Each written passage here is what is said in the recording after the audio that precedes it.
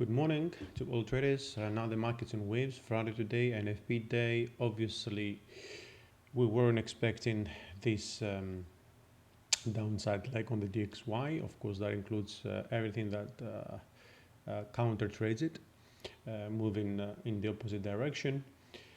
But we do know that the NFP is expected to add like 750, 800,000 jobs, which seems a bit odd for the markets to fall, right? Maybe the markets are pricing in a miss. Either way, we're going to find out fairly soon. DXY, Euro dollar, Aussie dollar, oil and S&P continue to move as we expected. Now, you remember yesterday I had this as 1, 2, 3, 4, and 5. I was expecting a correction high and then continuation down. Now, since we've moved lower down, and I'm looking at these corrections now, because we want the corrections to be somewhat, should I say identical? They have to have some symmetry, both in price and time, okay? So these look fairly good to me. One might suggest even this one looks better, but then this one does not fit in this leg to the downside, so I prefer to keep that wave 1 over here and the wave 3 down there. Now, if we even pull the FIBO over here, from 1 down all the way to 3, because we haven't got 5 yet, we want to see that we did the 61.8 over here and then about 25% over here. Now, these two corrections together, they usually sum up to 100%. So you can see that this is looking quite better than the previous, obviously with a new leg to the downside, yeah? Looks better with the previous move that we had drawn over here.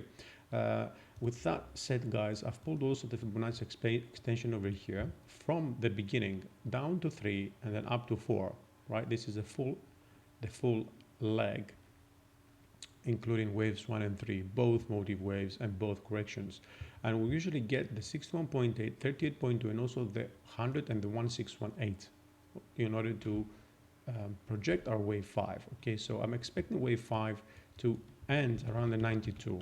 Okay, now I'm not saying that's going to happen today, but with NFP very likely to be taken out either way. And the truth is that we are seeing 1, 2, and 3 so far. So another leg is expected, but perhaps we might stay here for a bit and then go lower down with the NFP. Who knows?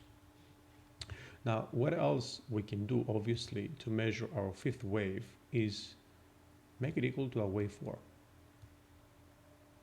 That also brings us around the 92 level, right? Spot on, actually. So when we have this sort of confluence, Fibonacci extension, and then the range of wave 4 onto one level, then that level becomes even more attractive. The other thing is to assume that our wave 5 is equal to wave 1, but we're not going to do that in this case, obviously, because wave 1 is bigger than wave 3, right? That's why. And we can see that this is our 3 because this is impulsive. Now, maybe it's multi-structural, more to the downside, but for some apparent reason, I cannot add the volumes indicator here. So I want to see the volumes on the DXY. I want to see how the volumes are increasing here to ensure, to know whether this is an impulse also continue to the downside or not. Either way, guys, this is what I'm looking for now. So the flat pattern we expected to turn over here, it's now, well, I would say with 90% probability is now done, since we also entered the territory of wave 1. So we're looking for wave 1 to complete near the previous low, in my opinion. Okay, 91, 70, 92. From there, a correction is very likely expected, and from there we see how it moves. So I can delete that for now, and what we can do instead is just pull our Fibonacci, all that we've done so far, or we can even go and measure our wave 3 over here from the last leg. That's our fifth wave. You see, we've done our first. I think I will just quickly reverse it. Yeah. So you've got, we are going up. We're going to do, actually, if we're looking at this, no, it should be correct. Not my fault. So we're going to do 23, 38, 50, 61, 70, 90. You see, 1, 2, 3. But even if we're more prone to use this, because we've done the first and the third, looks like it's done. So What we can see here is that we've done 61.8, so 38.2 is expected. Okay, don't forget the sum up should do the 60. So if we got from there to the 61.8 here, 38.2, that would be 100. So 92.39 or so. Obviously, we don't want to cross above that previous high, the previous low, right? That will continue to be impulsive to the downside. If we do, not that it's impossible, that if we do, then what it will most likely be the case is that that is going to turn out to be an ending diagonal, okay? Which is very likely in a fifth wave. Yeah. Euro dollar. We were talking about the 119 or so the other day, right? Let me just delete this a bit of. So we've got 1, 2, and we're looking at 3 at 1618 because the structure was calling for it. Yeah. So what we currently see is 1, 2, yeah. Then this is my third wave, as you can see, right? Which makes me think. It makes me think. This is 1 and 2. Maybe this is 1 and 2. ABC, ABC. Maybe this is a W, X, and Y here with a zigzag extending higher up. Because our wave 3, guys, it's over here. You can see that. That's the impulse, right? So we've got 1 and 2 and 3, 4, and 5, most likely. Because internally you see this, yeah? So that's probably my 1. And that's probably my 2. And then you've got 1, 2, 3, 4, 5. That's going to be the 3, the 4, and the 5. 4, 3, yeah, and then the 4 and the 5. So I think this wave 3 extension is going to take us higher than before, than the 119. Yeah, let me just put those in perspective a bit more. Yeah, this is what I'm expecting now, and this is purely because of the structure that we are seeing currently, right? There is no other way to you know, to measure this, unless if we keep doing, you know, oh yeah, look, we have a running flat. Oh, look, we have a running flat. But running flats are not too often seen, guys. Okay, are not. And this one is not a running flat, by the way. This is a W, X, and Y. Okay. When you see 3 waves coming down in the last wave, that means that's a W, X, and Y. And yes, we can get zigzags surpassing the previous wave. It's W, X, and Y. Okay. So this just makes a bit more sense in terms of this leg to the upside for wave 3 because it's impulsive. That has to be full 5-wave move, right? Unless if 1, 2, 3, maybe hold on, let us measure the 5th and the 3rd. They're pretty much equal. So I'm just looking at this as a potential leading diagonal, if that makes sense. Yeah, 1, 2, 3, 4, and 5. This is also possible, okay?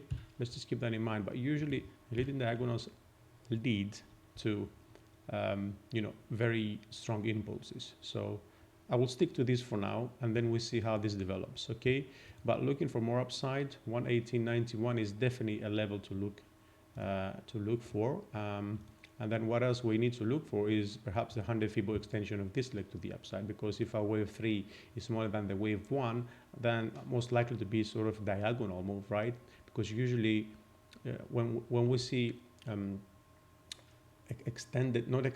you see prices appreciating, right? And after corrections, then the range of the price is smaller than its previous motive wave, then most likely a diagonal. So what I'm saying is this, guys. When you see something like that, you know, the price range is actually getting smaller and smaller as you move up. Then this is usually an indication of motive way, of exhaustion and diagonals rather than anything else. But when you got something like this, well, obviously that looks more impulsive, right? Because our wave 3 is the extended one. In any way, here I'm looking at the 100 Fibo extension from the wave 1 and 2. And if that doesn't happen, obviously, then we're gonna probably have to revisit, and that most likely is going to be on Monday anyway. So NFP today, I will be looking at any of those levels to be taken out anyway. The 119, I mean, very likely to get there even before NFP, just to take out some, well, a lot of, I would guess, there will be a lot of orders on 119. So 190 definitely a level to put on our watch list. Aussie, clearly an impulse over here. You can see that, right? One is done. That looks also multi-structural. Yeah, 75 is the next level up. For now, 1, 2, 3, 4, and 5. Okay, let's do this. 1 and 2. 1, 2, 3, 4. Probably wait for another leg here, up. Yeah, because we've got 1, 2, 3, 4, 5. That's the 1, 2, then 3, 4, and 5 for 3. I wouldn't want my 3 to be only here, and then what here, and then the 5 here. Maybe it's the case, but as I said before, we want to see prices extending in 3 rather than contracting, right? Being reduced. This resistance level is fairly good, though, to be fair, right? The 74.30 is very likely to cause some sort of correction, but I don't think the correction is going to last longer. It's very likely to be my wave 4. So my wave 3 can be here, wave 4 here, and then wave 5 higher up, and from there we're going to be completing this up. Minute wave 3, then the 4 and the 5, and it looks like to me the reversal is in already, right? As we said before. Crossing above wave 4 is important. Then the next hurdle is at 74.73. Yeah, and then we're looking at 75 and over, and even 76. Yeah, 75 over here and 76 higher up in the previous well, it would be resistance now. That's when I'm looking here. But if we just look at the structure as well, we're looking at an ABC. Is this, let me check. We're looking at, okay, that's a zigzag, right? So the zigzag ended wave 2, or that might be a wave B, right? We always say my waves 2, my 1s, 2s, and 3s can always be ABCs. So it looks like a reversal is taking place here to me, yeah? But we really have to break above 78, 89, 79, let's say, to really validate this reversal, right? I mean, I'm talking about medium-term to longer-term investors now. Prices of oil are moving nicely to the upside, but you remember we talked about potentially that becoming an ABC. It looks like that's the case here, unless if we're going to see some increase in volumes, then the chances of hitting a resistance here or here and then moving lower down are good. And because we always want the volumes to validate these moves, guys, right? And you know that if we're done wave 1 and 2 over here, because it looks like it's finished, you know, we'll have to see the volumes increasing, especially in wave 3, and that doesn't happen now. Now, unless if, and let me measure that with you here, unless if this is going to turn into some sort of, hold on, some sort of flat pattern, because we've actually gone exactly to the 130.2, yeah, at 70, which is a good rejection level as well. So you got ABC, ABC. If we get 1, 2, 3, 4, and 5 to 67, 68, that would be a running flat. We can literally go down here or even lower, right, for an expanded flat. But for now, there is 2 probabilities, higher probability scenarios here. One is that that's going to be an ABC and we're going to turn lower down, or the other one, which the one I'm hoping, is that this is a flat. That's why we don't see increase in volumes. We're going to get another leg down, 5 waves move, and then we are going to see the impulse up with increase in volumes, yeah, with increase in volumes to break outside this descending channel and pretty much the bearish trend.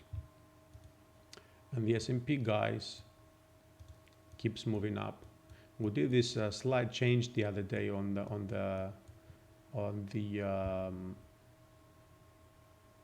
our structure here.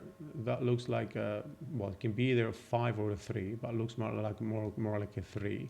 That could be 1, 2, 3, 4, and 5 over here. We might be getting B now. Then we're gonna get C for 3. Then we want the 4 to go below wave 1 and then 5. But I'll be honest, guys, we are in September, right? So you know that we're going to start getting quarterly reports, right? This is the last month of Q3. So the question is, should we really expect an anti-diagonal? Because I think we might just keep going up impulsively, right? and meet this sort of channel, maybe around the 4700s, who knows? But I think we're going to be heading up for the rest of the month, okay? And then see something substantial, because even this drop, if should we do wave 3, of course, first, because we haven't finished wave 3 yet, right?